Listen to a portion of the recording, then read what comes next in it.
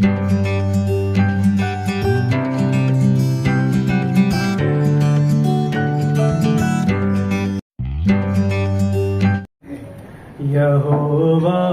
शुक्र है तेरा, हमें ये दिन दिखाया है।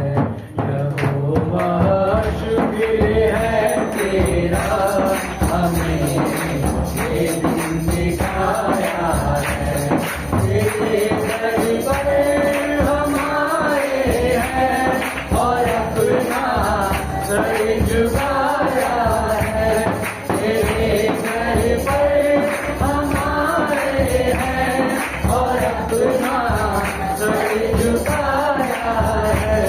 यहोवा शुक्र है तेरा, हमें ये दिन दिखाया है। यहोवा शुक्र है तेरा, हमें ये दिन दिखाया है। कभी हम भूल नहीं सकते यीशु की बरकतें तेरी। कभी हम भूल नहीं सकते यीशु की बरकतें तेरी। हमने जो भी कुछ मांगा, हमने जो भी कुछ मांगा, हमने पाया है। तुमने जो भी कुछ मांगा, आपसे हमने पाया है। तेरे दर पर हम आए हैं और अपना सर झुकाया है। तेरे दर पर हम आए हैं और अपना सर झुकाया है। यहोवा शुक्र है तेरा, हमें ये दिन दिखाया है। यहोवा शुक्र है तेरा, हमें ये दिन दिखाया है। हम अपने सारे हदीये लेके तेरे घर में हाजिर हो। हम अपने सारे हदीये लेके तेरे घर में हाजिर हो। बनाने बाग में तूने, बनाने बाग में तूने हमें ये दिखाया है। बनाने बाग में तूने हमें ये दिखाया है। तेरे दर पर हम आए हैं और अपना सर झुकाया है। तेरे दर पर हम आए हैं और अपना सर झुकाया है। यहोवा शुक्र है तेरा, हमें ये दिन दिखाया है। यहोवा शुक्र है तेरा, हमें ये दिन दिखाया है। मेरी जो सरबरोशी है वो तेरी मेहरबानी है। मेरी जो सरबरोशी है वो तेरी मेहरबानी है। तुझको करम आए शुक्र से देख पाया है। तुझको करम आए शुक्र से देख पाया है। तेरे दर पर हम आए हैं और अपना सर झुकाया है। तेरे दर पर हम आए हैं और अपना सर झुकाया है। है तेरा हमें ये दिन दिखाया है चुके है तेरा हमें ये दिन दिखाया है हमारे बाल बच्चों पर सदा अजय करम रखना हमारे बाल बच्चों पर सदा अजय करम रखना आज तक रहमत की मेरे आज तक रहमत का देती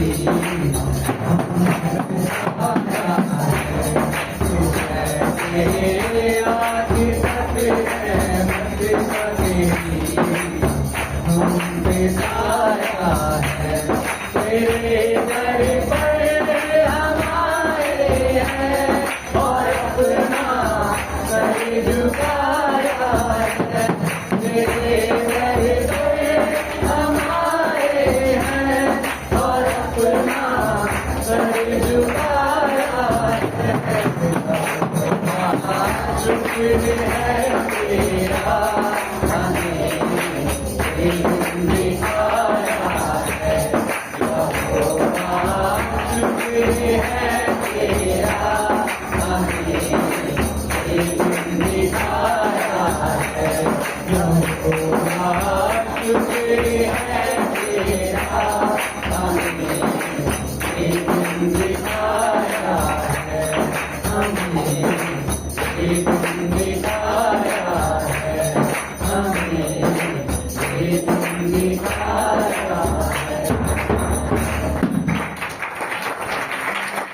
आप सबको जय यीशु मसीह की। मेरा नाम मीना है और मेरी गवाही यह है कि पिछले सप्ताह की सोमवार की है।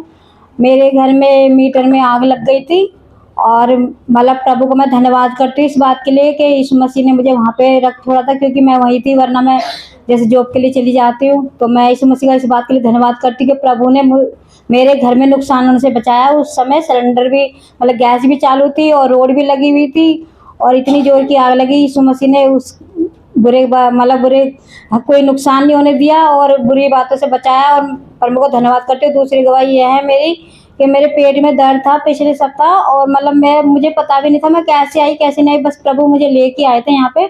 और मैं यीशु मसीह का धन्यवाद करती हूँ, जैसे भैया जी ने यहाँ पे प्रे करी और यीशु मसीह ने मुझे तुरंत चंगा कर दिया। मैं यीशु मसीह का इस बात के लिए धन्यवाद करती हूँ और जय यीशु मसीह की। सबको जय यीशु मसीह जी की। मेरा नाम नील गौड़ है, मैं उत्तर प्रदेश जिला प्रतापगढ़ का रहने वाला हूँ। तो 17 तारीख को मैं सोमवार का दिन था, मैं मशीन चला रहा था, उसमें पाउडर डालना था, तेल आ गया था, तेल में पाउडर डालता हूँ सूख जाता है मशीन में।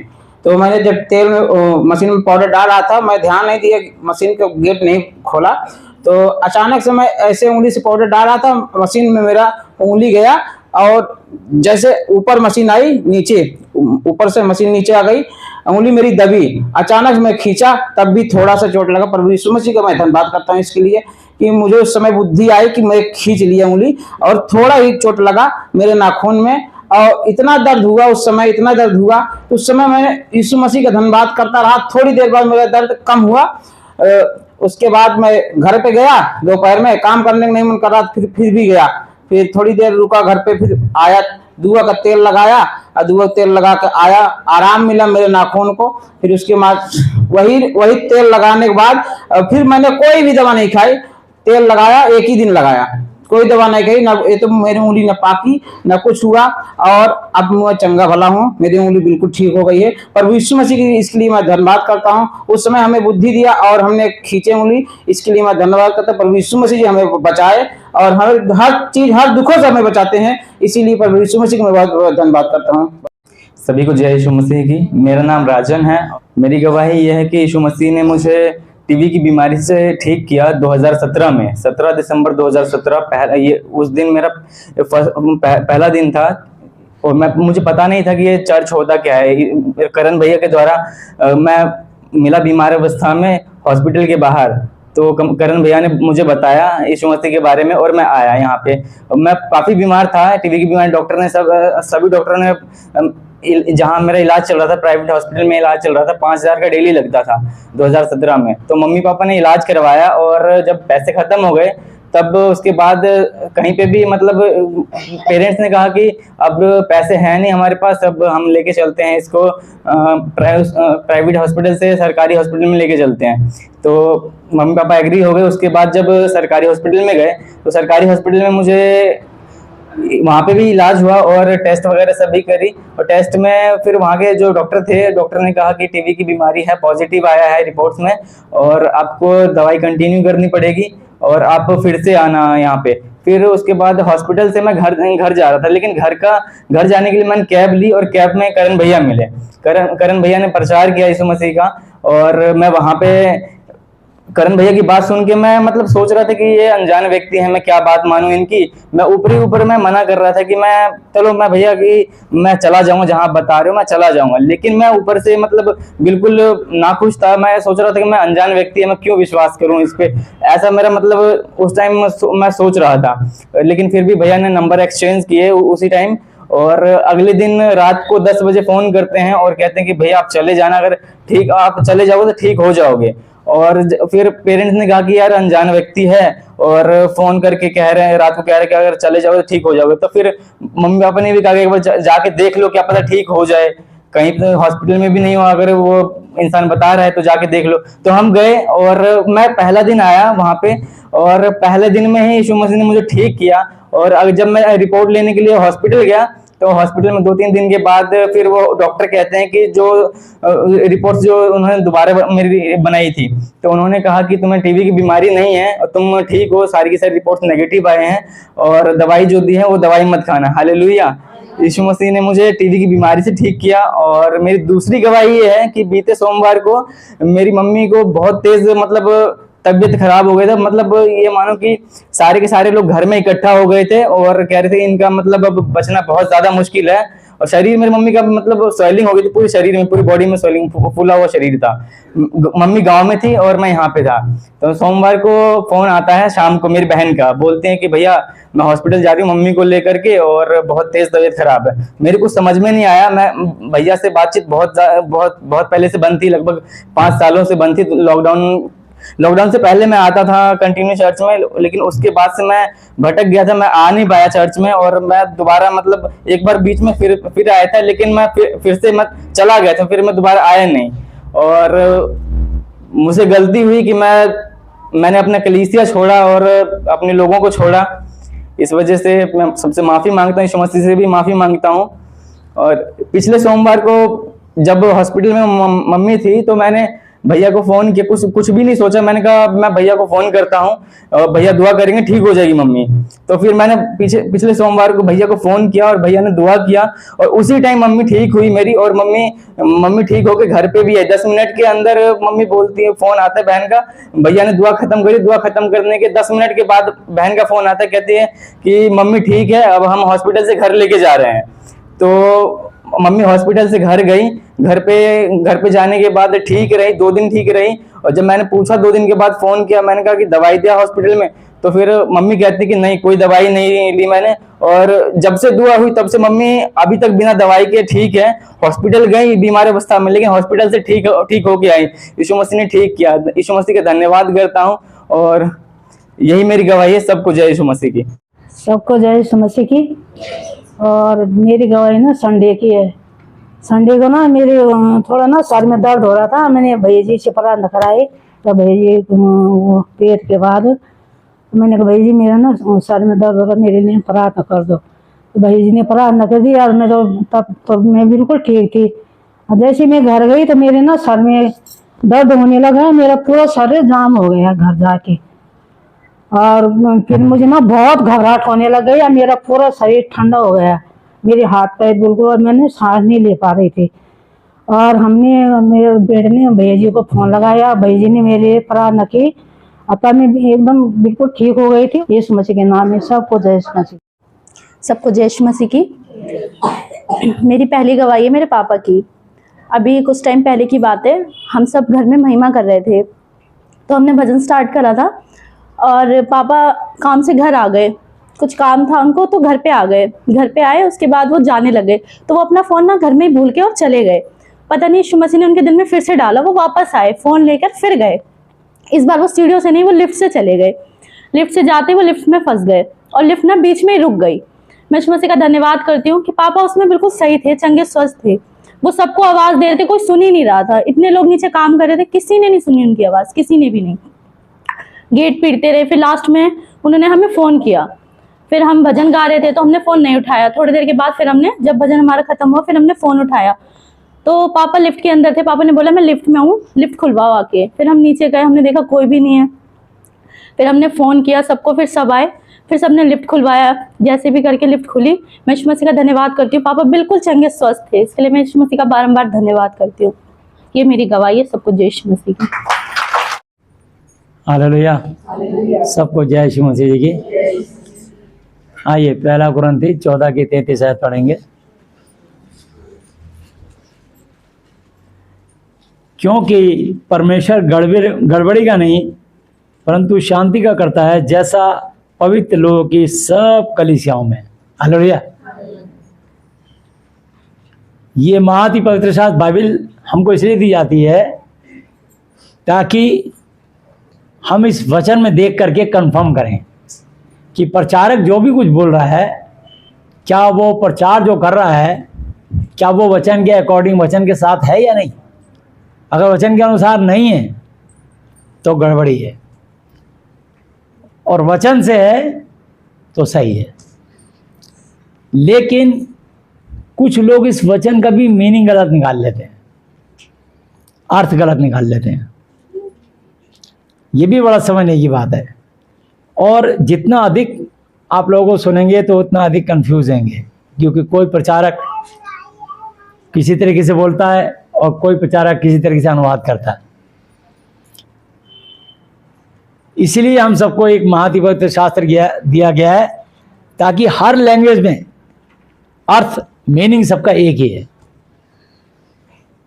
ताकि हम चाहे हिंदी, इंग्लिश, उर्दू, मलयाली, स्पेनिश, कोई भी, पंजाबी, किसी भी भाषा में हो, वो हर भाषा में उसका अर्थ वही है। हालेलुया। इसलिए सबको अपनी बाइबल दी जाती है। और जो लोग पढ़े लिखे नहीं हैं उनके लिए लिखा है रोमियो 10 की 17 आयत पे, सो विश्वास सुनने से और सुनना यीशु मसीह जी के वचन से होता है। तो जब आप वचन सुनेंगे तो वचन कभी आपको कन्फ्यूज़न नहीं आने देगा, और अगर कोई कन्फ्यूज़न आ गया तो आपके डाउट्स, आपका कन्फ्यूज़न इस वचन के द्वारा दूर हो जाएगा। हालेलुया। तो परमेश्वर का वचन में लिखा है कि परमेश्वर गड़बड़ी का आत्मा ही नहीं है। और मेरी 26 साल की सेवकाई में पहली बार मुझे ऐसा अवसर मिला सुनने का जो मेरे कानों को अच्छा नहीं लगा। हमारे किसी भाई ने व्हाट्सएप पे मुझे लिख दिया, पहला कुरिन्थी 4 की 15 आयत उन्होंने पढ़ी, उसका अर्थ गलत निकाल लिया। पहला कुरिन्थी 4 अध्याय और उसकी 15 आयत। क्योंकि यदि यीशु मसीह में तुम्हारे सिखाने वाले 10,000 भी होते तो भी तुम्हारे पिता बहुत से नहीं, इसलिए कि यीशु मसीह में सुसमाचार के द्वारा मैं तुम्हारा पिता हुआ। तो उन्होंने मुझे व्हाट्सएप पे लिख दिया कि भैया जी आप पापा जी। मैंने कहा भाई अभी तो मैंने उनसे बात भी नहीं करी, तो इत्तेफाक से वो यहाँ बैठे भी हैं तो सुन रहे हैं, और आप भी समझ लीजिए कि कभी भी पापा जी, फादर, किसी भी सेवक को नहीं बोलना, किसी पास्टर को मत बोलना। और अगर कोई पास्टर को गलती से बोल दे तो हर पास्टर का फर्ज बनता है कि उसे रोक दे और उसे वचन से समझाए कि इसका अर्थ ठीक से समझ लो। क्योंकि याकूब की पत्री 4 की 6 आयत पे लिखा है, परमेश्वर अभिमानियों का विरोध पर दीनों का अनुग्रह करता है। परमेश्वर घमंडियों का सामना करता है, विरोध करता है। तो अगर प्रचारक ही सारे पापा जी बन जाएंगे, डैडी बन जाएंगे, फादर बन जाएंगे, तो हमारा स्वर्गीय पिता जो एक ही है, हमारा पिता स्वर्गीय पिता एक ही है, और वो यीशु मसीह है। हालेलुया। तो यीशु मसीह के सिवा हमारा दूसरा कोई पिता नहीं हो सकता। और जिनसे हमारा जन्म होता है, हमारे माता पिता, हम उनको पापा जी कह सकते हैं, या अपने सास ससुर को पापा मम्मी कह सकते हैं। ठीक है, ये आपको दोनों चीज़ों का मैं अंतर बता रहा हूँ, ये एक संसारिक और आत्मिक रीति से। तो आत्मिक रीति से जब मेरे व्हाट्सएप पे ये मैसेज लिख के आया तो मेरे को अंदर से बहुत ठेस पहुंचा, दुख लगा कि उन्होंने अर्थ गलत समझ लिया। तो मत्ती की पुस्तक 23 अध्याय पे आते हैं और हम परमेश्वर के वचन से सीखेंगे।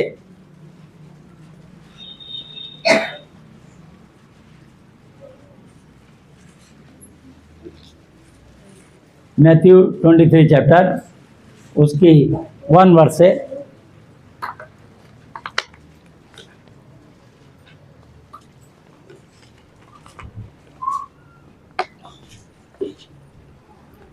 तब यीशु ने भीड़ और अपने चेलों से कहा, शास्त्री और फरीसी मूसा की गद्दी पर बैठे हैं, इसलिए वे तुमसे जो कुछ कहें वह करना और मानना, परंतु उनके जैसे काम मत करना। जो हमारा सीनियर बॉस होता है ऑफिस का, हमें उनकी सुननी पड़ती है, माननी पड़ती है, क्योंकि हम उनके अधीन होते हैं, वहाँ से हम सैलरी पाते हैं। तो हमें हिदायत देते हैं, शिक्षण देते हैं, हमें वो उनकी आज्ञा पालन करना पड़ता है। लेकिन अगर वो हमसे गलत काम करने को कहें तो कभी मत करना। जैसे आप कंपनी में काम करते हैं, आपको अपने बॉस की बात माननी पड़ेगी, लेकिन कंपनी का मालिक आपसे बोले कि जा कुछ पैसे ले और जाके ठेके से शराब लिया, तो ये मत कभी करना, ये पाप है। बोलो मैं आपकी नौकरी करता हूँ पर मैं आपके लिए शराब मदिरा नहीं ला सकता, ये पाप है। मतलब उनकी सुनना, उनकी माने, पर उनके जैसे काम मत करना। वो आपसे कह सकते हैं थोड़ा सा तुम भी पी लो, नहीं मैं नहीं पीता, ना मैं पीऊँगा। तो मतलब ये है कि संसारिक काम आपको नहीं करना, ठीक है। तो यहाँ लिखा है, इसलिए वे तुमसे जो कुछ कहें वो करना और मानना, परंतु उनके समान काम मत करना, क्योंकि वो कहते तो हैं पर करते नहीं। वे एक ऐसे भारी बोझ को जिनको उठाना कठिन है बांधकर उन्हें मनुष्यों के कंधों पर रखते हैं, परंतु आप उन्हें अपनी उंगली से भी सरकाना नहीं चाहते। वे अपने सब काम लोगों को दिखाने के लिए करते हैं। वे अपने तावीज़ों को चौड़े करते और अपने वस्त्रों की कोरे बढ़ाते हैं, लंबे लंबे चोगे पहनते हैं। तो आपको कोई ढोंग पाखड़ नहीं करना, क्योंकि पेड़ अपने फलों से पहचाना जाता है। हरोड़ी, तो अगर आम का पेड़ है तो वो अपने फल से बता देगा, जामुन का पेड़ है तो अपने फल से बता देगा, लीची का पेड़ है तो अपने फल से बता देगा, केले का पेड़ है तो उसमें फल से बता देगा कि किस चीज़ का पेड़ है ये। तो जब आपका मुंह खुलता है, आपके बात करने से ही पता लग जाता है कि आपके अंदर परमेश्वर का वचन कितना है।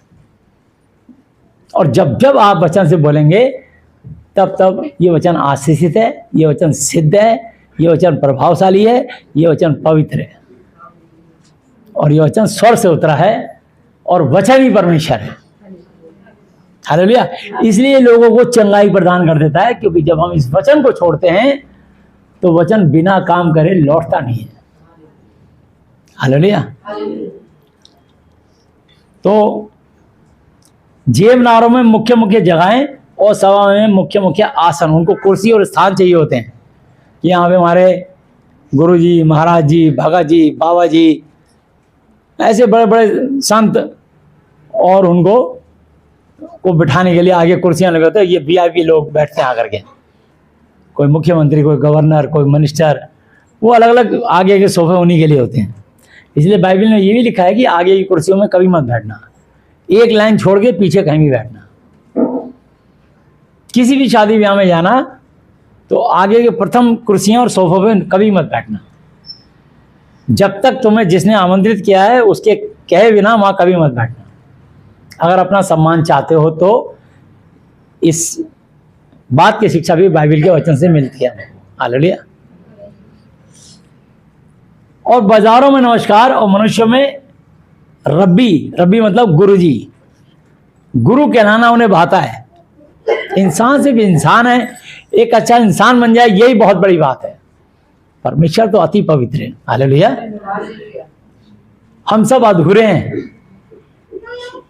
और कंप्लीट सिर्फ यहोवा जी यीशु मसीह पवित्र आत्मा है।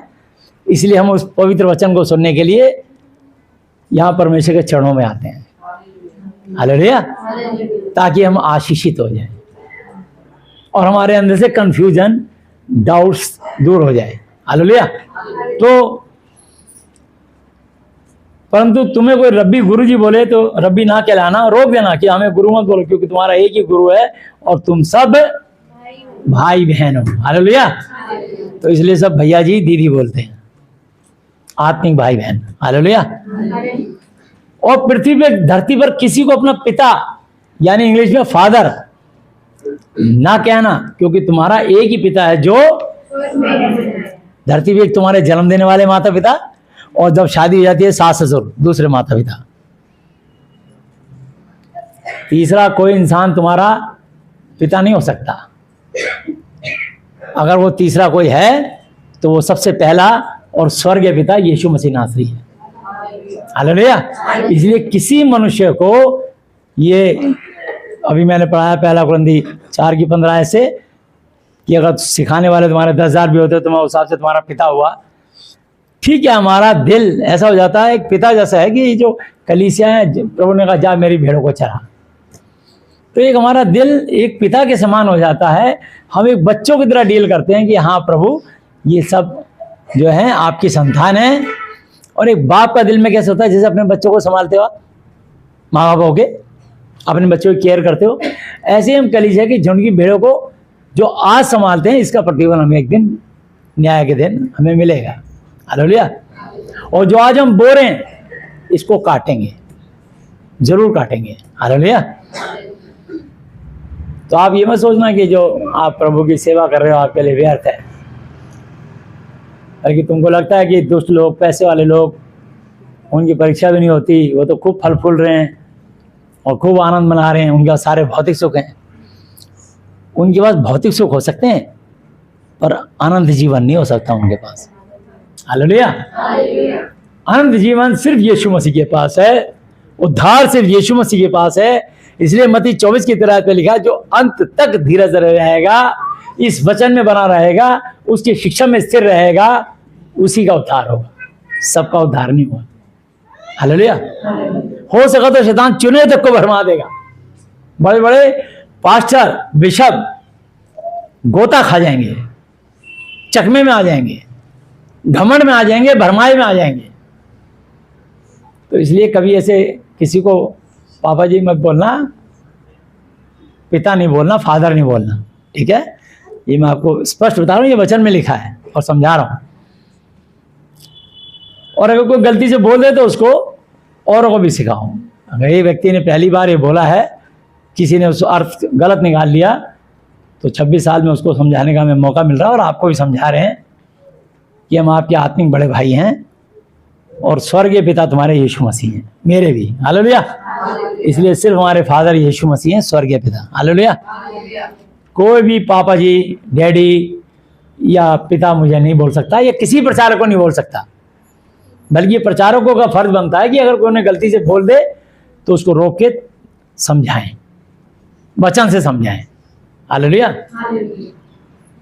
और स्वामी भी ना कहलाना, क्योंकि तुम्हारा एक ही स्वामी है, अर्थात यीशु मसीह, हालेलुया। जो तुम्हें बड़ा हुआ तुम्हारा सेवक बने, क्या बने? सेवक है हम प्रभु यीशु मसीह के, हालेलुया। तो सेवक जब प्रार्थनाएं करते हैं, ये जैसे लड़के ने, राजन ने भी गवाही दी, मेरा स्वभाव थोड़ा डांटने का है। जब इसका फ़ोन आया मैंने कहा तू भाई मेरे को कैसे याद किया? बोला भैया मेरी मम्मी बहुत बीमार है, पूरा हाथ पैर पेट फूल गया और वो अस्पताल में भर्ती है। डॉक्टर ने कहा ये चंद मिनट की मेहमान है। मैंने कहा नहीं मरेगी। सिर्फ बाइबल का एक वचन बोला था। मैंने इनको ये भी बोल दिया कि मैं तुम्हारी मम्मी के लिए दुआ करना नहीं चाहता, क्योंकि तुम्हारी मम्मी ने यीशु मसीह को बहुत बुरी बुरी गालियाँ दी थी कठोर कुटिल वचन बातें बोली थी, मेरा मन दुखित है क्योंकि वो परमेश्वर जलनशील परमेश्वर है। लेकिन एक वचन से बोल रहा हूँ कि तुम्हारी मम्मी इसलिए नहीं मरेंगी और इसलिए ठीक हो जाएंगी, बाइबल का कोई भी एक वचन छोड़ दो, बस वचन होना चाहिए कि संकट के समय तू मुझे पुकार, मैं तेरी सुन, बस इसलिए तेरी माँ बचेगी। हालेलुया, इसलिए तेरी माँ बचेगी।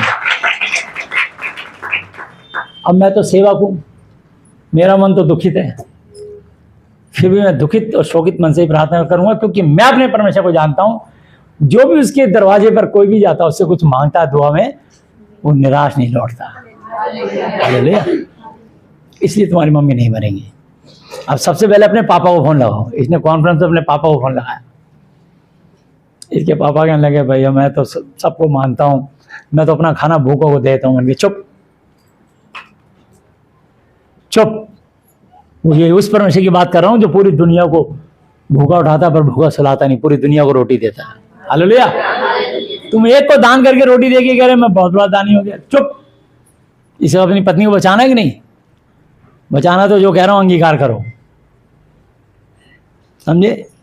बच्चन सिन्हा साहब, ये राजन सिन्हा, इसकी माँ सुनीता सिन्हा, वो बिहार में थी, तो अंगीकार कराया, दुआ करी, और फिर इनकी माँ को कॉन्फ्रेंस में लिया, उनसे दुआ करी, और सवेरे वो डिस्चार्ज हो गए, ठीक ठाक हो गए, घर आ गई। हालेलुया, ऐसा परमेश्वर हमारा, वो अपनी महिमा अपने वचन के द्वारा करता है, क्योंकि परमेश्वर का वचन कभी खाली नहीं जाता। बस उसका वचन जोड़ दूंगा, क्योंकि परमेश्वर दयालु, अनुग्रहकारी, विलंब से कोप करने वाला, करुणा निधान परमेश्वर है। हालेलुया। तो कई बार हम दुखी होते हैं, हमारा शरीर में जलन होती है, और हमें वचन से भी आज्ञा कि ऐसे लोगों की दुआ ना करें, जो यीशु मसीह को छोड़ जाएं, या कोई और मूर्ति पूजा करें, या किसी और धर्म गुरुओं को भी मानते रहें। हमें आज्ञा है ऐसे लोग कि हम प्रार्थना ना करें। फिर भी मैं कहता हूँ, मैं इस वचन को कहता हूँ, प्रभु जब तक आपने इसकी सांस नहीं ली, अभी भी जिंदा है, इसका अंदर आप दया करो तभी तो जीवित है ये। तो जब आपने इस पर दया करी तो मैं क्यों ना करूं? और वचन में लिखा, जिसने दया नहीं की उसका न्याय बिना दया के होगा, दया न्याय पर जयवंत होती है। हालेलुया। मैं प्रभु इस कारण मैं दुआ तो जरूर करूंगा, चाहे मैं डांटता हूं थोड़ा सा,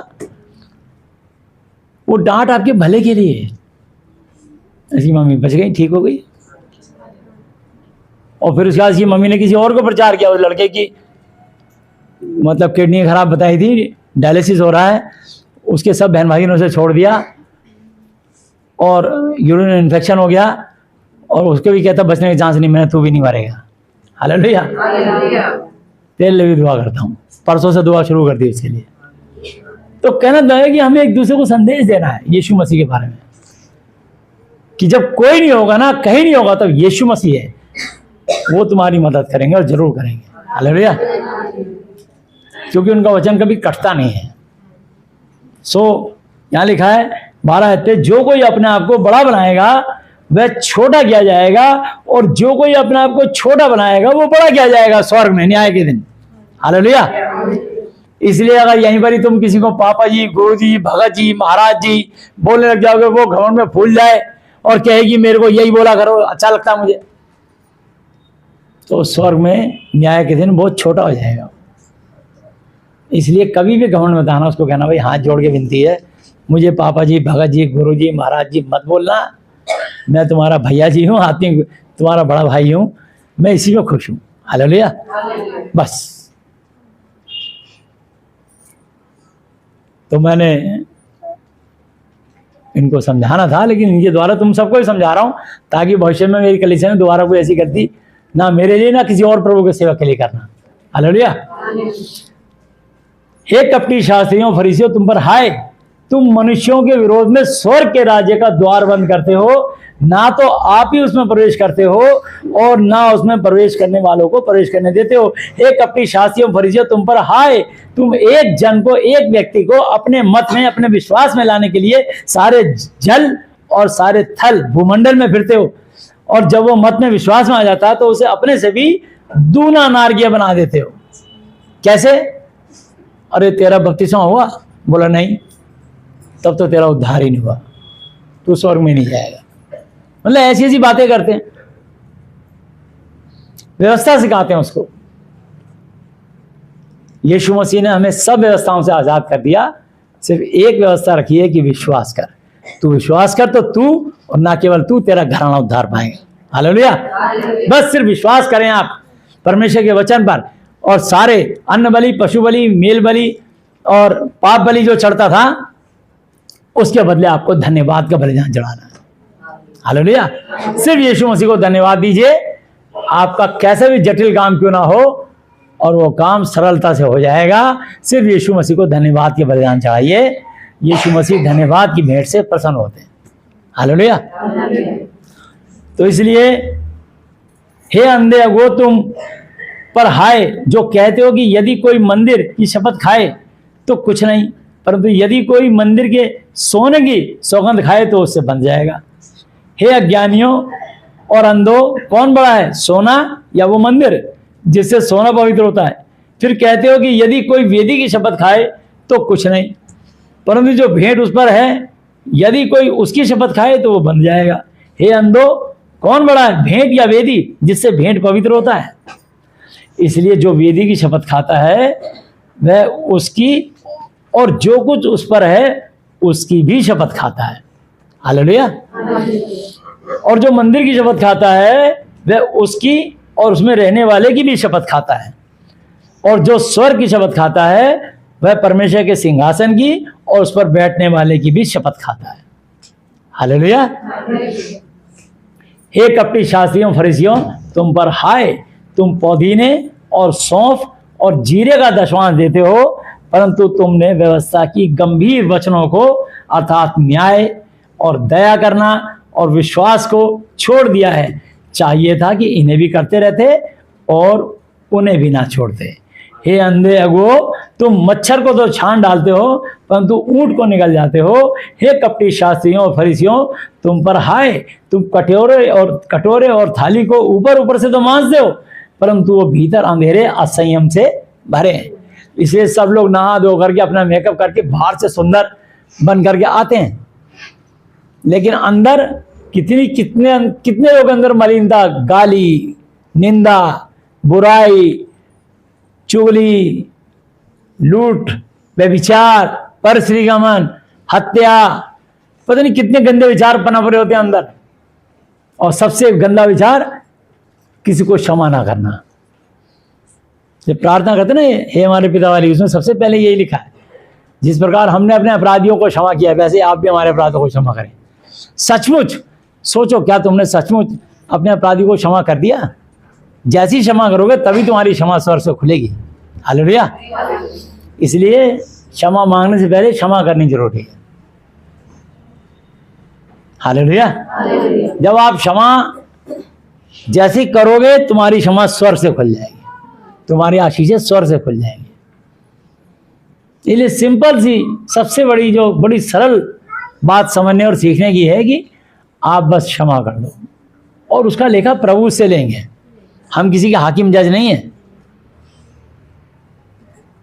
हम किसी के भी हाकिम और जज नहीं है, हम किसी का न्याय ना करें। परमेश्वर जानते हैं, जिसने गलती करी हो परमेश्वर से माफी मांगेगा। बात कहता हूं, हम कुछ नहीं कहते हैं,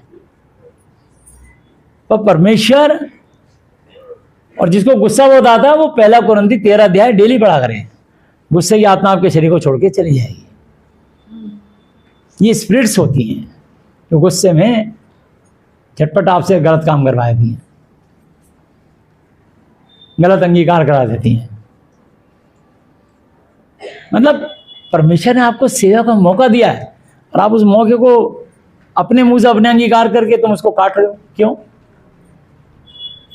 धन्य किसी को सेवा का मौका मिले। मैं तो प्रभु से कहता हूं, प्रभु इस पूरी धरती पर जहां तेरा कोई सेवक जाने को तैयार ना हो, मैं इतना संतुष्ट हूं, इतना प्रभु ने मुझे दिया है कि मैं उनकी दया से, अनुग्रह से इतना संतुष्ट हूं कि मैं सब जगह जाने को तैयार हूं। हालेलुया। बस कि प्रभु की अनुग्रह होनी चाहिए, बस उनकी आज्ञा हो, बस प्रभु आप मेरे साथ रहें, यीशु का हाथ और यीशु का साथ हो। हालेलुया। उनकी दया वाला हाथ और उनका साथ हो हमारे साथ, बस उनका वचन होना चाहिए। उनकी इजाजत है, फिर क्या है। बढ़ते जाओ, कभी गिरोगे नहीं, कभी हारोगे नहीं, कभी पछताओगे नहीं, कभी मलाल नहीं होगा, बल्कि आनंद से और आशीष पर आशीष पाते चले जाओगे। क्योंकि मत्ती 6:8 है, लिखा है, सो तुम उनके समान न बनो, तुम्हारा स्वर्गीय पिता तुम्हारे मांगने से पहले ही जानता है तुम्हारी क्या क्या आवश्यकता है, क्या क्या आवश्यकता है, क्या क्या जरूरत है। वो हमारी सब जरूरतों को अच्छी तरह से जानते हैं। हालेलुया। इसलिए हम बस अपने प्रभु से आगे अगर हम नहीं भी मांगेंगे तो परमेश्वर हमारे लिए वो जानते हैं और हमारे काम को सिर्फ धन्यवाद दें, कभी कुड़कुड़ाए नहीं। हालेलुया।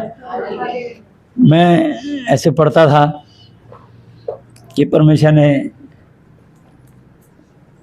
जब इस्राएली मूसा हारून सब लेके इस्राएली वो आगे चले तो चलते चलते लाल समुद्र आ गया। अब समुद्र पार कैसे करें, पीछे मिस्रियों की फौज थी, दोनों तरफ मौत थी। तो भैया वो जिनका तुम चुपचाप और शांत रहो, या वो आप ही और तुम्हारी ओर से लड़ेंगे, तुम सिर्फ प्रार्थना करो और खड़े खड़े परमेश्वर का उद्धार देखो। हालेलुया। तो जब हम प्रार्थना करते हैं तो ऐसे ही कुछ मेरे साथ एक घटना घटी अभी, पिछले सप्ताह की बात है। तो ये पिछले महीने की बात है ना। तो मैंने लाल समुद्र को चिरते देखा बीच में से, मतलब कोई ऐसी प्रॉब्लम आ गई थी कि मैंने बस बाइबल पढ़ी, प्रार्थना करता गया, धन्यवाद देता गया, प्रार्थना किया, धन्यवाद देता गया। मैं सोया नहीं पूरी रात, रोता रहा, धन्यवाद देता रहा, प्रार्थना करता रहा।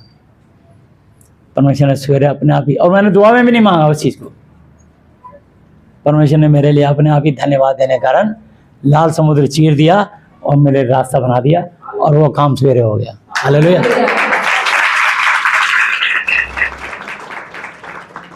तो मैं जब परमेश्वर के वचन को और उनकी ताकत को देखता हूँ, एहसास होता है कि सच में प्रभु आपके एक एक वचन स्थिर है, अटल है, पवित्र है और बिना पूरा किए हुए नहीं लौटता। हालेलुया। इसलिए लिखा है, हे अंधे फरीसी, 26 आयतें, मत्ती 23:26, हे अंधे फरीसी, पहले कटोरे और थाली को भीतर से मान कि वो बाहर से भी स्वच्छ हो। तो लोग बाहर से मांझ के आते हैं अपने आप को, पेस्ट वेस्ट करके, क्रीम पाउडर लिपस्टिक लगा लोगे, बढ़िया कपड़े गहने पहन के बाहर से मेकअप करके आते हैं, अंदर मलिनता से भरे हैं, गंदगी से, वो सफाई नहीं हो रही। बैर, कटुता, बेविचार, परसिगमन, झूठ, निंदा, चालाकी, फरेब, कपट, वो अंदर से नहीं जा रहा। जैसे हलवाई को देखा होगा, वो कढ़ाई को ईंट से रगड़ के मांजता है, तो पता है उसे हलवा पूरी खीर अंदर बनेगी। बाहर से कढ़ाई बिल्कुल काली होती है, भट्टी पे रखते हो फिर वो पकाया था खाना, बाहर ईंट नहीं रगड़ता उसमें, कहता कढ़ाई घिस जाएगी जल्दी। ऐसी तुम भी लोग बाहर से मेकअप करते हो, अंदर से नहीं अपनी घिसाई करते। तो परमेश्वर का आत्मा चाहता है कि हम अंदर से अपनी घिसाई करें।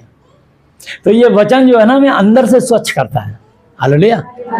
तो जब हम परमेश्वर की महिमा को लेंगे तो परमेश्वर अंदर से हमारे को साफ करते हैं, और जब हमारा अंदर से हृदय पवित्र होता है तो अपने आप सब काम बनते चले जाते हैं। ना केवल हमारे बनते चले जाते हैं, बल्कि जो हमारी मतलब नजदीकी में आता है उसके भी काम बनते चले जाते हैं। जिसके हम दुआ कर दें, हाथ रख दें, जिसके सामने खड़े हो जाएं, जिसके लिए कुछ भी वचन बोल दें, उसके लिए भी काम हो जाता है। हालेलुया। परमेश्वर का स्वभाव तुम्हारे अंदर आ जाता है, और लिखा भी है फिलिपियों 2:5 आते, जैसा यीशु मसीह का स्वभाव था वैसा ही तुम्हारा भी स्वभाव हो। लिखा भी है पहला पता से 1:15-16 आते, जैसा तुम्हारा बुलाने वाला पवित्र है वैसे तुम भी सारे चाल चलने पवित्र बनो। लिखा है पवित्र होना, क्योंकि मैं पवित्र हूं। लिखा है इफिसियों 5:1 आते, तुम परमेश्वर के सदृश बनो। हे प्रिय बाल को गिनाई, परमेश्वर के सदृश बनो, प्रिय बच्चों की तरह, प्यारे बच्चों की तरह परमेश्वर के समान बनो। देखो परमेश्वर ने कितना बड़ा हमें ऑनर दिया है। वो ये नहीं कह रहे कि आप एलिया, एलीशा, सदर मिशा, दानियल जैसे बनो। वो कह रहे तुम यहोवा जैसे बनो, यीशु मसीह जैसे बनो। कितना बड़ा ऑनर दिया हमारे को। देखिए इफिसियों 5:1 आयत है, प्रिय बाल को गिनाई, परमेश्वर के सदृश्य बनाओ। कितना सुंदर लिखा है। और लिखा है कि तुम जब तुम्हारा आत्मा प्रभु पास जाएगा तो तुम स्वर्गदूतों का न्याय करोगे। हालेलुया। मतलब कितनी परमेश्वर ने हमें इतना ऑनर दिया है और हमें बहुत सारे खिताब दिए हैं। पहला पतरस 2:8 से 9 ऐसे खिताब हैं, पर 8 है पे दुखों का कारण जान लेते हैं। पहला पतरस, इसको पहले पूरा कर लेना। 27 है। हे कपटी शास्त्रियों फरीसियों, तुम पर हाय, तुम चूना फिरी हुई कब्रों के समान हो, जो ऊपर से तो सुंदर दिखाई देती है परंतु भीतर मुर्दों की हड्डियों और सब प्रकार की मलिनता गंदगी से भरी है। तो इसलिए इसमें लिखा है कि तुम जब तक तुम्हारा अंदर से हृदय स्वच्छ नहीं होता, क्षमा करने वाला हृदय नहीं बनता, दया से नहीं भरता और प्रभु के पापों से पश्चाताप से नहीं आप बदलते, तब तक आप चूना पुती हुई कब्रों के समान हैं। मैं और आप सभी मनुष्य हैं। हालेलुया। इसलिए परमेश्वर चाहता है कि चूना पुती हुई कब्रों के समान मत बनो। इसी रीति से तुम भी ऊपर से तो मनुष्यों को धर्मी दिखाई देते हो परंतु भीतर कपट और अधर्म से भरे हुए हो। हे कपटी शास्त्रियों फरीसियों, तुम पर हाय, तुम भविष्यवक्ताओं को की कब्रें संवारते और धर्मियों की कब्रें बनाते हो और कहते हो कि यदि हम अपने बाप दादों के दिनों में होते तो भविष्यवक्ताओं की हत्या में उनके साझी ना होते। इससे तो तुम अपने पर आप ही गवाही देते हो कि तुम भविष्यवक्ताओं के घातकों की संतान हो। सो तुम अपने बाप दादों के पाप का घड़ा भर दो। हे सांपों, हे करेतों के बच्चों, तुम नरक के दंड से क्यों कर कैसे बचोगे? जब तक अपने स्वभाव को नहीं बदलोगे, अपने अंदर के गंदे विचारों को नहीं छोड़ोगे, किसी को कुटिल बातें बोलने से कभी नहीं बदलेगा इंसान। आज आपको क्लियर बता रहा हूं आपको। आप उसके लिए प्रार्थनाएं करें। जैसे प्रभु ने मेरे लिए लाल समुद्र चीर दिया, मतलब मेरे उस समस्या को मैंने ये भी नहीं कहा प्रभु मेरी समस्या है, बस मैंने सिर्फ उनको धन्यवाद दिया और मैं धन्यवाद देता रहा और अपने दिल की बात 1 मत्ती 6:8 बोलता रहा। सो तुम उनके समान ना बनो, तुम्हारा स्वर्गीय पिता तुम्हारे मांगने से पहले ही जानता तुम्हारे क्या हो सकता है। प्रभु आप जानते हो मैं क्यों रो रहा हूं, प्रभु आप जानते हो मैं क्यों प्रार्थना कर रहा हूं, प्रभु आप जानते हो आज की रात में क्यों नहीं सो रहा हूं और धन्यवाद दे रहा हूं, तभी मैं कुड़कुड़ा नहीं रहा। ये मोटे मोटे आंसू और धन्यवाद देता रहा। और उस दिन सवेरे इत्तेफाक से 6 बजे इतने फोन आए और सारे फोन मैंने अटेंड किए। दुआ करता गया सबकी, सबके काम बनते गए। हालेलुया। मैं इतनी से उठता नहीं हूँ 12 बजे से पहले, लेकिन उस दिन सबके फोन में करता गया दुआ, सबके काम बनते गए। तो प्रभु अद्भुत काम करते हैं। फिर प्रभु ने मेरा काम भी वो कर दिया, मैंने धन्यवाद दिया प्रभु। और मैं प्रभु के वचन को समझता हूं। हालेलुया। मैं अभी आपको दिखाऊंगा प्रभु का वचन इसको पढ़ने के बाद। इसलिए देखो मैं तुम्हारे पास भविष्यवक्ताओं और बुद्धिमानों और शास्त्रियों को भेजता हूं और तुम उनमें से कितनों को मार डालोगे और क्रूस पर चढ़ाओगे और कितनों को अपनी सभाओं में कोड़े मारोगे और एक नगर से दूसरे नगर में खदेड़ते फिरोगे, जिससे धर्मी हाबिल से लेकर बिरिक्याह के पुत्र जकर्याह तक, जिसे तुमने मंदिर और वेदी के बीच में मार डाला था, जितने धर्मियों का लहू पृथ्वी पर बहाया गया है वह सब तुम्हारे सिर पर पड़ेगा। मैं तुमसे सच कहता हूं कि ये सब बातें इस समय के लोगों पर आ पड़ेंगी। हे यरूशलेम, हे यरूशलेम, तू जो भविष्यवक्ताओं को मार डालता है और जो तेरे पास भेजे गए उन्हें पत्थरवाह करता है, कितनी ही बार मैंने चाहा कि जैसे मुर्गी अपने बच्चों को अपने पंखों के नीचे इकट्ठे करती है, वैसे ही मैं भी तेरे बालकों को इकट्ठे कर लूं, परंतु तुमने न चाहा। देखो तुम्हारा घर तुम्हारे उजाड़ छोड़ा जाता है, क्योंकि मैं तुमसे कहता हूं कि अब से जब तक तुम ना कहोगे कि धन्य वह जो प्रभु यीशु के नाम से आता है, तब तक तुम मुझे फिर कभी ना दो। हालेलुया। इसलिए लिखा जो मेरे भेजने वाले को ग्रहण करता है वो मुझे ग्रहण करता है। जो मेरे भेजने वाले को एक कटोरा ठंडा पानी पिलाएगा मेरे एक जन को, उसका प्रतिफल भी नहीं होएगा। हालेलुया। मैं उसके बदले भी आपको 1000 गुना आशीष लौटाऊंगा। तो हमारा ऐसा परमेश्वर है। यशाया की पुस्तक निकालेंगे 55 अध्याय, यशाया की पुस्तक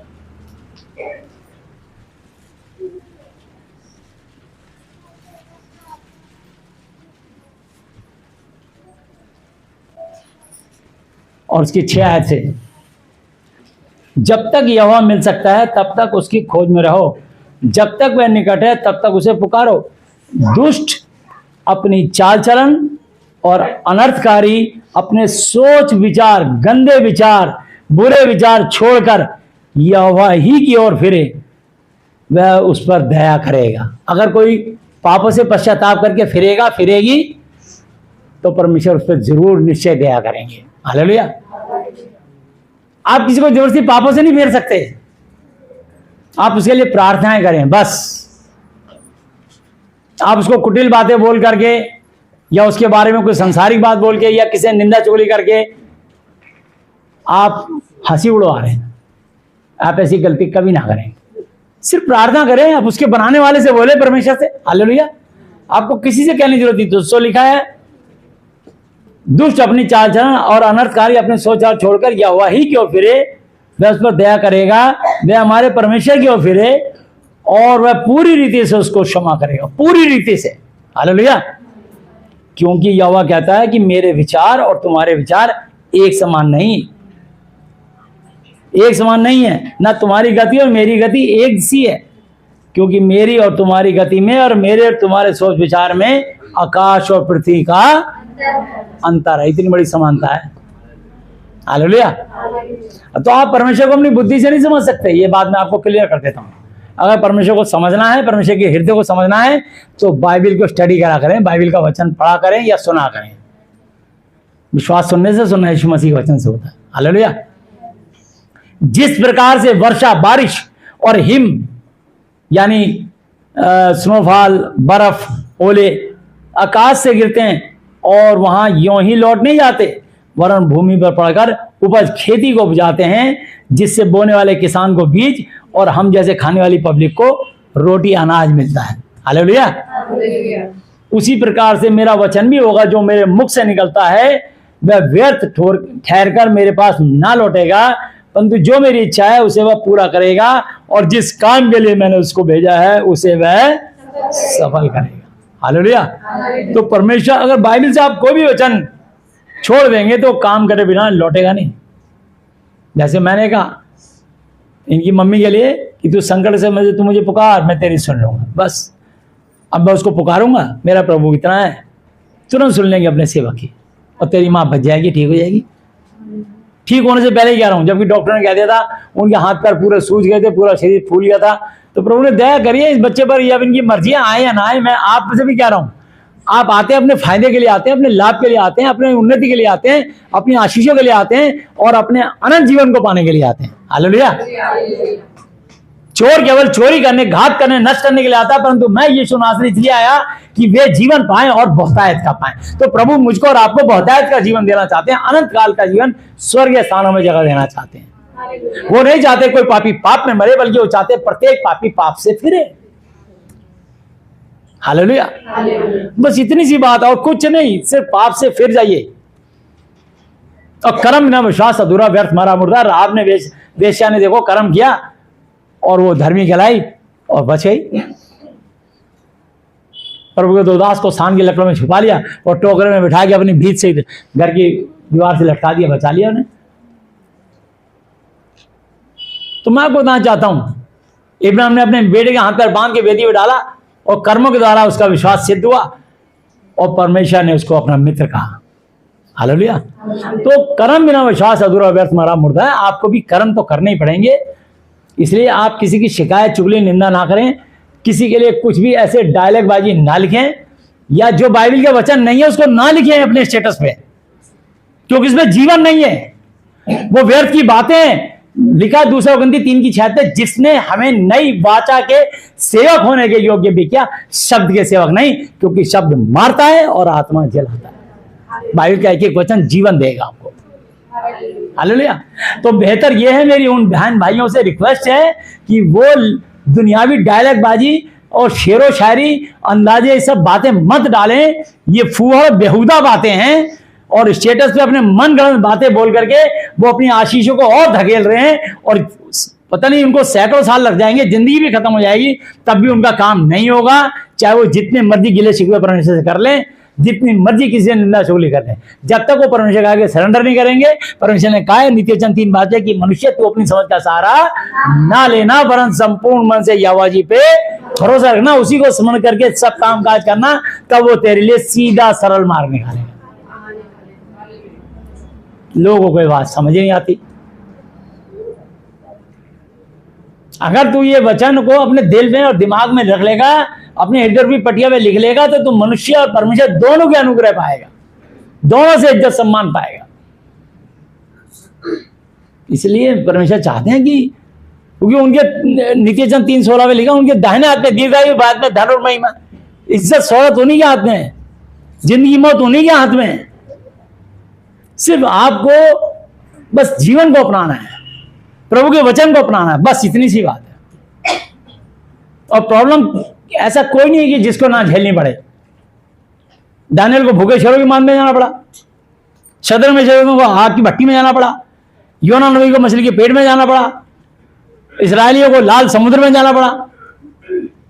कोई सेवक ऐसा नहीं है, यिर्मयाह को उन्होंने बांध के गड्ढे में फेंक दिया, उसमें कीचड़ में, दलदल में, गारे में। ऐसा कोई दास सेवक नहीं है जिसने जीवन में संघर्ष ना किया हो। पर रोना है तो अपने प्रभु के आगे रो, अगर रोना है फरियाद करनी है तो यीशु के आगे करो, किसी मनुष्य के आगे नहीं, तो तुम्हारा काम चुटकी में हो जाएगा। हालेलुया। मैं आपको प्रभु के वचन से ये गारंटी दे रहा हूं, समस्या बड़ी नहीं है, तुम्हारा परमेश्वर बहुत बड़ा है। हालेलुया। उसके वचन बड़ा सामर्थी है। तो क्योंकि तुम आनंद के साथ निकलोगे और शांति के साथ पहुंचाए जाओगे। तुम्हारे आगे आगे पहाड़ और पहाड़ियां गला खोलकर जय जयकार करेंगी और मैदान के सब वृक्ष आनंद के मारे ताली बजाएंगे। हालेलुया। मतलब तुम्हें लगता है कि ये कुछ नहीं है, ये इन सब में जीवन है, तभी तो ये पत्ते हरे भी होते हैं, सूख भी आते हैं, फूल भी आते हैं, फल भी आते हैं, इनमें जीवन है, इनमें सब में। कितने लोग इसको, जानवर इनको खाते हैं, उनको चारा मिलता है, कितनों का पेट भर जाता है इनसे। हरी घास काट के देखा अपने जानवरों को देते हैं, तो जीवन मिलता है इससे। आप कितना गेहूं अनाज बोते हो, दालें बोते हो, ये जीवन ही तो पाते हो आप भी। सब एक दूसरे के पूरक हैं, आप बोते हो फिर काटते हो, खाते भी, मतलब जीवन है इनमें भी। हालेलुया। तो परमेश्वर जो चाहे, जो तुम्हें लगता है चीज निर्जीव है, परमेश्वर आपके लिए सजीव कर देगा। जैसे बिलाम की गधी थी, परमेश्वर से मनुष्य की बोली बुलवा के दिखा दिया, ले गधी मनुष्य की बोली बोल रही है, तू सोच रहा है बोल नहीं सकती, जब बुलवा दिया। समझ में आ रहा है, नहीं आ रहा? आ गया। हालेलुया। तो हमारा परमेश्वर सब कुछ कर सकता है, वो असंभव को संभव कर सकता है। योना नबी को मछली को उठा के फेंक दिया, उसने कहा क्या करें?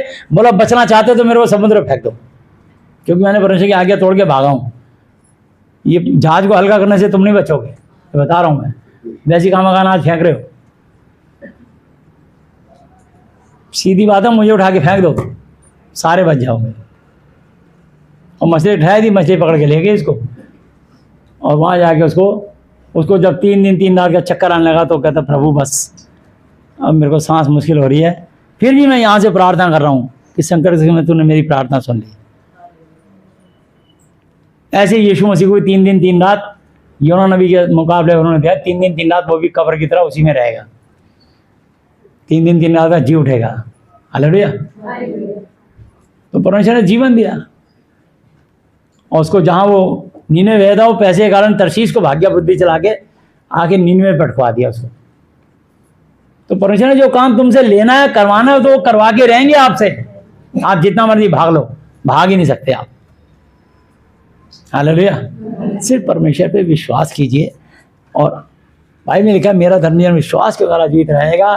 विश्वास करने वाले के लिए कोई काम कठिन ना होगा। रोमी 1:17 में लिखा है। तो आप विश्वास करेंगे तो विश्वास से बड़े बड़े चमत्कारों को देखेंगे। यीशु मसीह ने और उनके चेलों ने विश्वास अपने देखा, गुरु को कैसे कैसे विश्वास से वचन बोलते थे और काम करते थे, चेलों ने भी ऐसे बोलना शुरू कर दिया और वैसे काम होते चले गए। हालेलुया। एक तो यीशु मसीह का चेला भी नहीं था, उसने यीशु मसीह को काम करते देखा, वो लोगों को ऐसे ही कहने लगा यीशु के नाम से ठीक हो जा, यीशु के नाम। तो चेलों ने कहा यार तू जब यीशु के नाम से काम करे तो हमारे साथ बोले। उन्हें ना मैं तुम्हारे साथ नहीं हूँगा, मैं अकेले काम करूँगा। तो उन्होंने कहा गुरु हम एक आदमी मिला वो हमें तेरे नाम से दुष्टात्मा निकालता है। यार यीशु ने कोई बात नहीं, मुझे जल्दी से वो बुरा नहीं कह सकता, जो हमारे विरोध में नहीं है वो हमारी ओर है, वो हमारी ओर ही, उसको मना मत करो, करने दो। हालेलुया। तो अगर आपके अंदर राई के दाने का विश्वास भी बराबर होगा, इस पहाड़ से बोलो सर के वहां चला तो वहां चला जाएगा। हालेलुया। आपका विश्वास की प्रार्थना के द्वारा रोगी बच जाएगा। प्रभु यीशु मसीह से उठाकर खड़ा करेंगे। यदि उसने पाप गुनाह भी तो उनकी भी क्षमा हो जाएगी। इसलिए तुम एक दूसरे के सामने अपने अपने पापों को मान लो, एक दूसरे के लिए प्रार्थनाएं दुआएं करो, जिससे चंगे स्वस्थ हो जाओ, क्योंकि धर्मी जन की प्रार्थना के प्रभाव से बहुत कुछ हो सकता है। एलिया भी तो हमारे समान दुख से भोगी मनुष्य था, उसने गिड़गिड़ा के प्रार्थना करी कि मेरा बरसे, 3.5 बरस तक भूमि पर मैं नहीं बरसा। फिर उसी ने गिड़गिड़ा के प्रार्थना करी कि मैं बरसे, तो भूमि में वर्षा हुई और भूमि फलवंत हुई। हे मेरे भाइयों बहनों, अगर यदि तुम में से कोई सत्य के मार्ग से भटक जाए और कोई उसको वचन सुना के उसको फेर लाए, तो जो कोई किसी भटके पापी को फेर लाएगा वो एक आत्मा को मृत्यु से बचाएगा और अनेक पापों पर, बुराइयों पर पर्दा डालेगा। हालेलुया। याकूब पत्री 5:13 से 20 आयत तक ये वचन लिखा हुआ। हालेलुया। आप विश्वास के साथ बड़े बड़े काम कर सकते हो। सिर्फ आपको एक विश्वास करना है, और दूसरी बात, उससे पहली बात यह है कि अपने दिल से सबको माफ कर दीजिए। जिसने आपको सताया माफ कर दीजिए। बोले मैं इसको माफ करता हूं, बस कोई बात नहीं प्रभु, इसने जो भी गुनाह किया मैं इसे माफ करता हूं। जिसके कारण तुम्हारी माफी स्वर से खुल जाएगी, तुम्हारी आशीषें स्वर से खुल जाएंगी। हालेलुया। और यदि अपने अंदर कड़वाहट रखोगे, भूल जाओ उसे, भूल जाओ, बिल्कुल भूल जाओ। मैं इसका हाकिम ही नहीं हूं, मैं क्यों करूं इस पर एक्शन लूं, मैं भूल गया प्रभु, बस मुझे आगे काम करना, आगे बढ़ना है। जिसने सीखना वो वचन से सीख लेगा। यावा जी एक बार बोलते, दूसरी बार किसी ने दोबारा जरूरत करी तो गर्दन निकालने के लिए भेज देते थे, इसकी गर्दन निकालना बस। तो ये मौके मिलते हैं, इस मौकों को मत चूको। अगर तुमने मौके चूक गए तो फिर तुम्हारे हाथ बड़ी मुश्किल से मौका आएगा ही। परमेश्वर की सेवा के लिए, खिदमत के लिए तैयार रहो। मुझे क्या मौका मिले, कुछ भी काम मिले मुझे, और बोला दरी उठाओ तो उठा दो, बस चुपचाप फटाफट मैं करता हूं सबसे पहले। आपको जो भी मौका मिल रहा है, मैं बर्तन मांजूंगी, मैं ये कर दूंगी, मैं चाय का कपड़ा कब धो दूंगी, जिसको जो सेवा मिल रही है लग जाओ बस। प्रभु स्वर से देख रहे हैं, मेरे राज्य के लिए काम कर रही है। हालेलुया। आप छोटा सा भी काम करेंगे तो परमेश्वर कहते हैं, इब्रानी 6:10 आयत पढ़ लीजिए।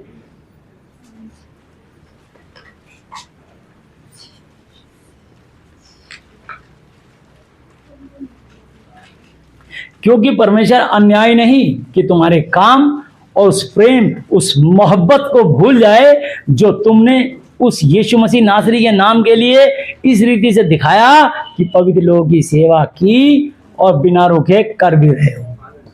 हालेलुया। प्रभु भूलते कुछ नहीं है, यह याद रखना। अगर आपने प्रभु के लिए, प्रभु के लोगों के लिए कुछ भी कर दिया, वो आपने परमेश्वर के लिए कर दिया, और करके उसका गुणगान नहीं करना, कर दिया भूल जाओ उसे। हालेलुया। आशा रखो मत, कभी निराशा नहीं मिलेगी। निराशा कब मिलती है? जब तुम आशा रखते हो, उम्मीद रखते हो, मुझे ये इज्जत मिलनी चाहिए। ध्यान ही मत दो, ध्यान ही मत दो। बस लिखा है बुराई से ना हो परंतु भलाई से बुराई को जीत लो। बस मैं तो भलाई करता ही चला जाऊंगा यीशु के नाम में, यीशु के राज्य के लिए, उसके वचन के अनुसार, उसकी शिक्षा के अनुसार। हालेलुया। ताकि परमेश्वर की अनुग्रह की दृष्टि मुझ पर, मेरे परिवार पे, मेरे वंशज पे बनी रहे। बस। हालेलुया। और तुम कई बार सोचते हो कि यार भाई पैसे वाले तो बहुत फल फूल रहे हैं, उनकी कोई परीक्षा नहीं होती, ये नहीं होता, वो नहीं होता। तो आइए एक मलाकी थी 3 की 13 आयत पढ़ते हैं।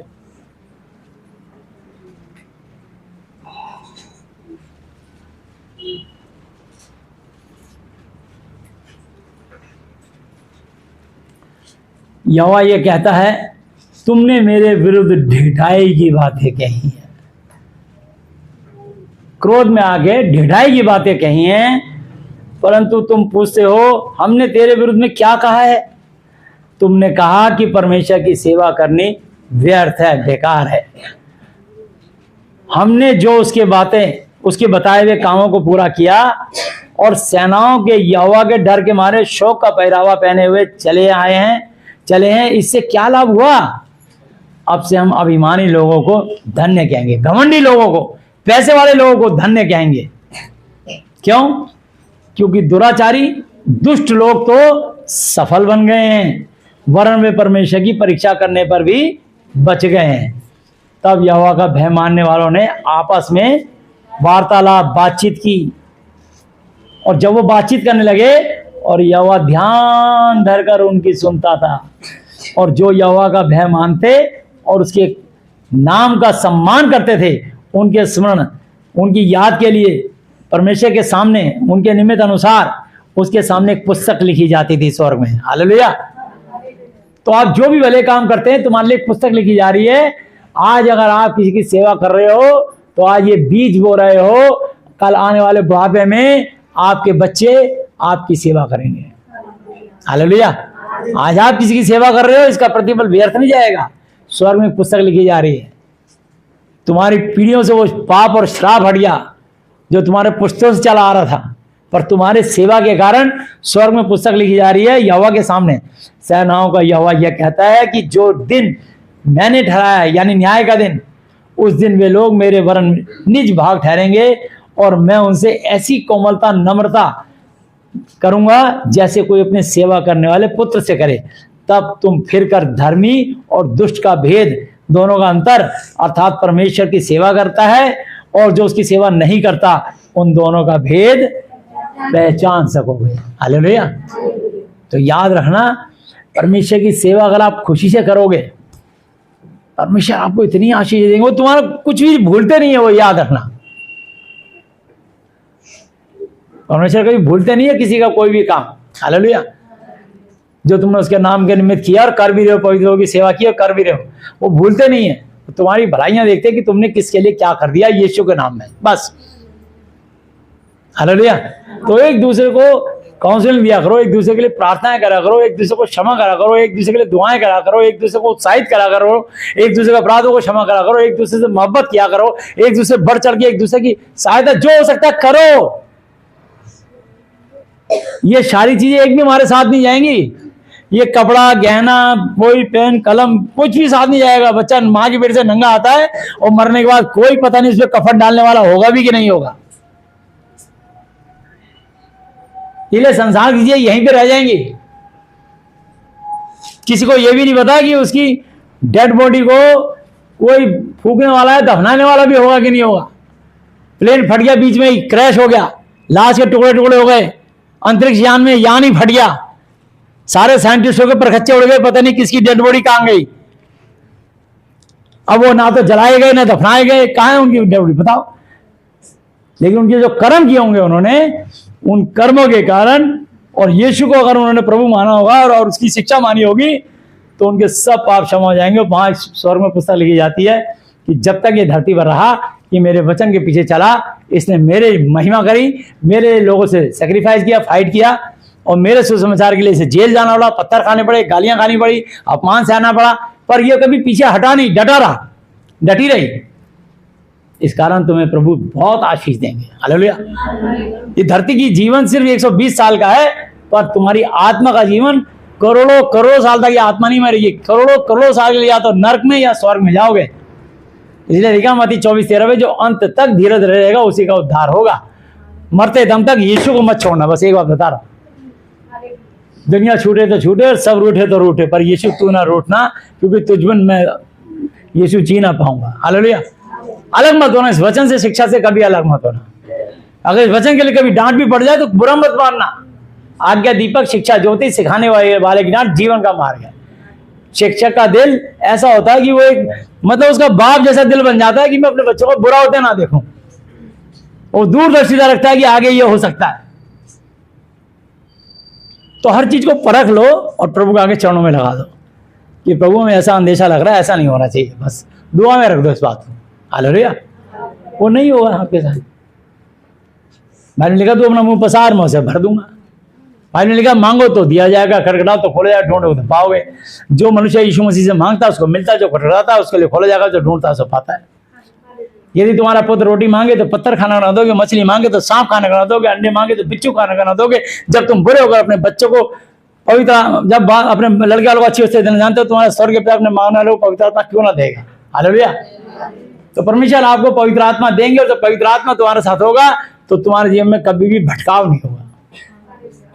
होरेब से कादेश बने सही मार्ग का जो रास्ता था वो 11 दिन का सफर था, लेकिन वो कुड़कुड़ाने के कारण उनके लिए 40 साल में तब्दील हो गया, सिर्फ कुड़कुड़ाने के कारण।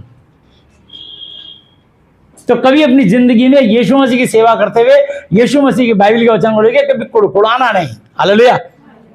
आप व्यवस्था विवरण 1 अध्याय उसकी 11 आयत निकालते हैं, 2 आयत व्यवस्था विवरण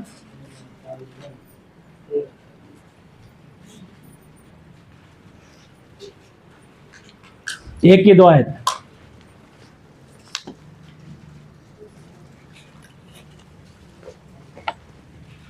होरेब से कादेश बरने तक सेईर पहाड़ का मार्ग 11 दिन का है। इस्राएलियों को कितने साल लग गए? 40 साल। कितने लग गए? 40 साल लग गए उनको। क्यों लग गए? 11 दिन का रास्ता 40 साल में कैसे बदल गया? उसका कारण यह है कि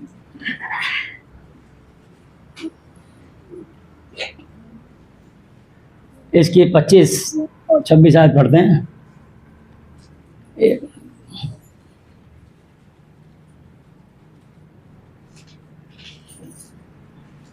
और उस देश के फलों में से कुछ हाथ में लेकर हमारे पास आए और हमको यह संदेश दिया कि जो देश हमारा परमेश्वर यहोवा में देता है वो अच्छा है, तो भी तुमने वहाँ जाने से ना किया, मना किया, परंतु अपने परमेश्वर यहोवा की आज्ञा के विरुद्ध होकर अपने अपने तंबुओं में, अपने अपने डेरों में, अपने अपने घरों में यह कहकर कुड़कुड़ाने लगे, बुदबुदाने लगे कि यहोवा हमसे बैर रखता है। इस कारण हमको मिस्र देश से निकाल ले आया और हमको एमोरियों के वश में, कंट्रोल में करके सत्यानाश कर डाले। ये कुड़कुड़ाते थे इस्राएली। इसलिए वो जब अपने तंबुओं में कुड़कुड़ाते थे, अपने डेरों में कुड़कुड़ाते थे, और परमेश्वर उनको ध्यान से सुनते थे, देखते थे, कहते देखो ये मैंने 11 दिन का सफर इनके लिए, इनकी बकझक के कारण 40 साल में बदल लिया। इसी प्रकार अगर आप लोग बकझक करते हैं, अपनी खास दोस्त, खास सहेली, किसी को, अपने फ्रेंड को, या अपने व्हाट्सएप पर ऐसी बेहुदा बातें लिखे जा रहे हैं, सब तो बाइबल से कोई वचन का रेफरेंस नहीं है उसका, पता नहीं कहां कहां के डायलॉग जोड़ जाड़ के, तोड़ मरोड़ के उसको डाल देते कैसे, और बड़े खुश होते हैं उनको पढ़ के, पढ़ा के। और मैं जब पढ़ता हूं, देखता हूं, दिल भी नहीं करता, मैं स्टेटस कई के दिन देखता नहीं लोग, कभी कभार देखता हूं, मौका नहीं मिलता। और ऐसे देखता हूं जिनमें वचन का कोई रेफरेंस ही नहीं है, मैं समझता हूं ये सारे शब्द हैं, बेकार फूल और बेहुदा बातें हैं, इनका कुछ होने वाला नहीं है, क्योंकि परमेश्वर पे विश्वास नहीं कर रहे। अगर विश्वास करते तो परमेश्वर की वाणी और उसका रेफरेंस छोड़ते, और वो काम चुटकी में हो जाता। हालेलुया। इसलिए परमेश्वर कहते हैं, इसका 30 अध्याय निकालेंगे,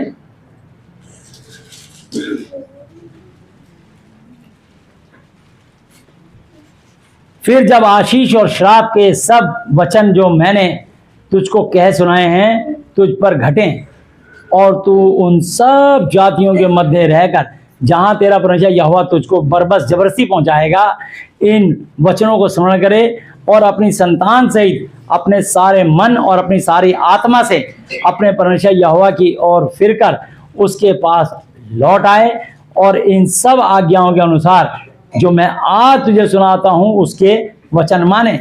तब तेरा परमेश्वर यहोवा तुझको बंधुआई से, कैद खाने से, फाइनेंशियली, फिजिकली, मेंटली प्रॉब्लम से लौटा ले आएगा और तुझ पर दया अनुग्रह करके उन सब देशों के लोगों में से जिनके मध्य में वह तुझको तितर बितर कर देगा फिर इकट्ठा करेगा।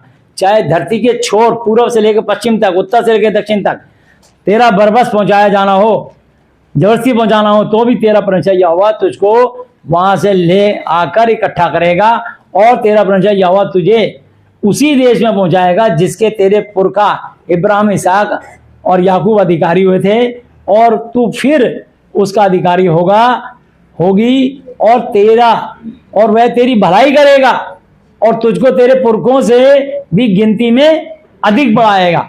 और तेरा परमेश्वर यहोवा तेरे और तेरे वंश के मन का खतना करेगा। हालेलुया।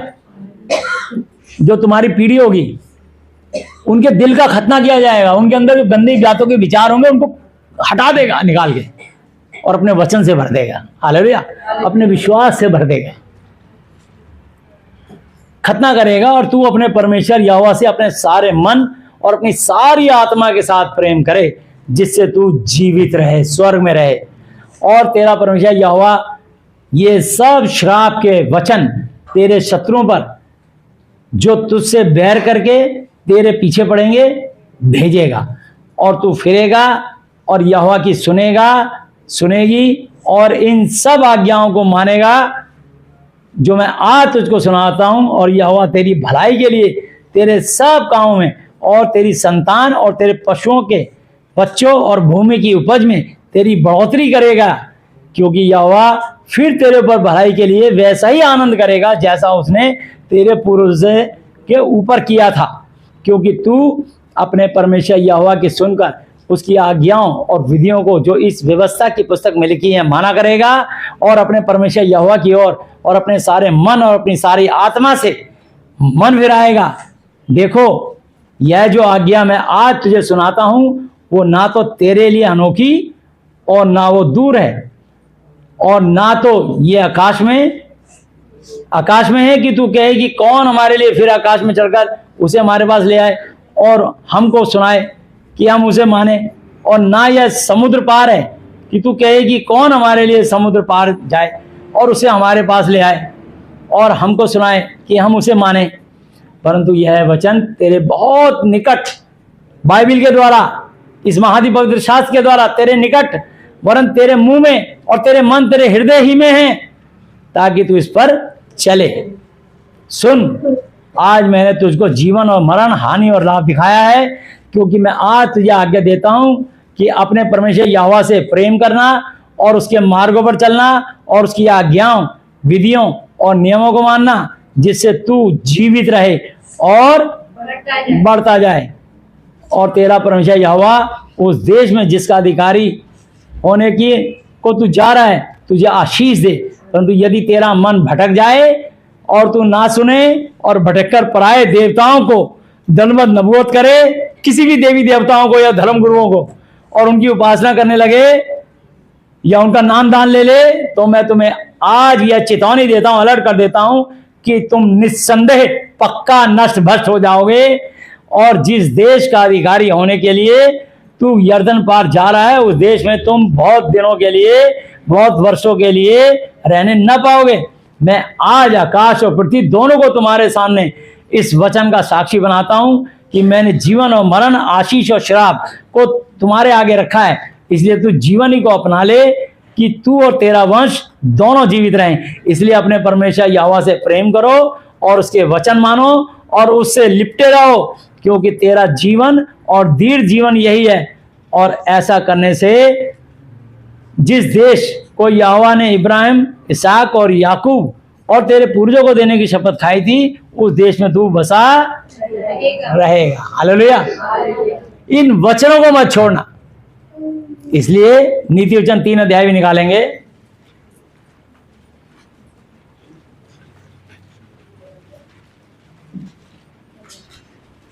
उसकी एक ऐसे, हे मेरे पुत्र, मेरी शिक्षा को, मेरे वचन को ना भूलना, अपने हृदय में, अपने दिल में मेरी आज्ञाओं को रखे रहना, क्योंकि ऐसा करने से तेरी आयु, तेरी उम्र बढ़ेगी और तू अधिक कुशल से सकुशल रहेगी। कृपा और सच्चाई तुझसे अलग ना होने पाए। वरन उनको अपने गले का हार बनाना और अपनी हृदय रूपी पटिया पर लिखना। और तू परमेश्वर मनुष्य दोनों का अनुग्रह, दोनों से आशीष बरकतें पाएगा, पाएगी। तू अति बहुत ही ज्यादा बुद्धिमान होगी। आमीन। तू अपनी समझ का सहारा ना लेना, परंतु संपूर्ण मन से यहोवा जी पे भरोसा रखना, उन्हीं को स्मरण करके सब काम काज करना, तब वो तेरे लिए सीधा मार्ग निकालेगा। अपनी दृष्टि में बुद्धिमान ना होना, यहोवा जी का भय मानना और बुराई से अलग रहना। ऐसा करने से तेरा शरीर भला चंगा और तेरी हड्डियां हष्ट पुष्ट रहेंगी। हालेलुया। अपनी संपत्ति के द्वारा और अपनी भूमि की पहली उपज दे देकर यहोवा की प्रतिष्ठा स्थापना करना। इस प्रकार तेरे खत्ते, तेरे भंडार, तेरे बैंक बैलेंस पूरे रहेंगे, भरे और पूरे रहेंगे, और तेरे रस कुंडों से नया दाख रस उमड़ता रहेगा। हालेलुया। और इसकी 16 आयत और पढ़ते हैं। उसके दाहिने हाथ में दीर्घायु और उसके बाएं हाथ में धन और महिमा है। तो परमेश्वर को सिर्फ जब आप प्रार्थना करके मांगोगे तो परमेश्वर आप पे दया करेंगे। हालेलुया। भजन संहिता 81 की 10 आयत पढ़ते हैं। 81 की 10 आयत।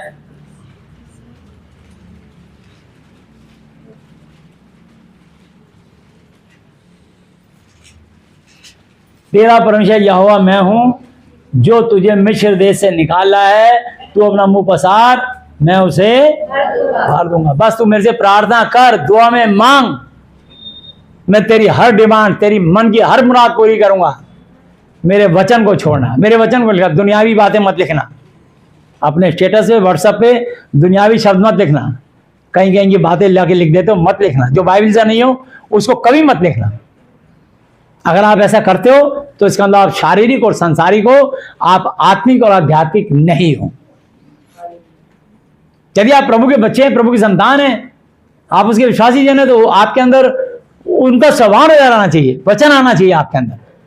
ये दुनियावी बातें कहां से ले आते हो? यह अंतर होता है आत्मिक और संसारिक में।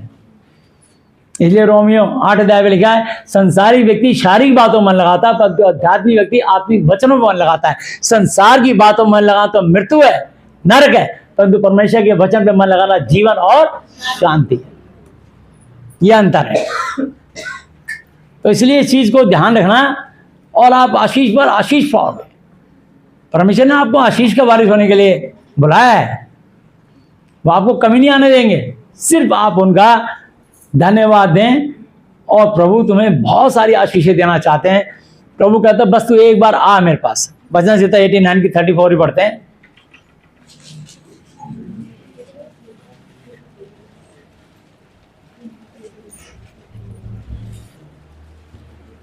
मैं अपना वचन, अपनी वाचा ना तोड़ूंगा, और जो मेरे मुंह से निकल चुका उसे ना बदलूंगा। हालेलुया। आज जो मैंने बाइबल से आपको शिक्षा दी है, प्रभु कह रहे हैं मेरे वचन से, कलाम से शिक्षा दी है, अगर इस वचन के अनुसार जो चलेगा चलेगी, तो मैं उसके लिए अपनी वाचा, अपना वचन नहीं तोड़ूंगा, और जो मेरे मुंह से बाइबल के माध्यम से वचन निकल चुका है उसे मैं कभी नहीं टालूंगा। आमीन। इसलिए आज जो तुम चाहते हो मांग लेना प्रभु यीशु मसीह से।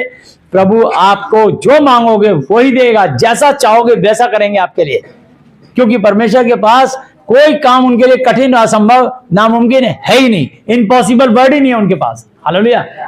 बस सिर्फ अपनी इच्छा रखो कि प्रभु मुझे ये चाहिए, बस। हालेलुया। इसलिए मत्ती 24:13 में लिखा, जो अंत तक धीरज रहेगा उसी का उद्धार होगा। इसलिए लिखा मत्ती 24 की 35 आते, आकाश और पृथ्वी टल जाएंगे परंतु मेरा वचन कभी ना टलेगा। प्रभु का वचन कभी नहीं घटेगा। इसलिए उसके वचन पे विश्वास करिए, ताकि तुम आशीष पर आशीष, और ना केवल तुम्हारी 1000 जनरेशन आशीष पाएंगी, 1000 पीढ़ियां आशीष पे आशीष पाती चली जाएंगी, यदि इस वचन के अनुसार चलोगे तो। हालेलुया। दूसरा गंदी तरह की 14 आयत पढ़ेंगे।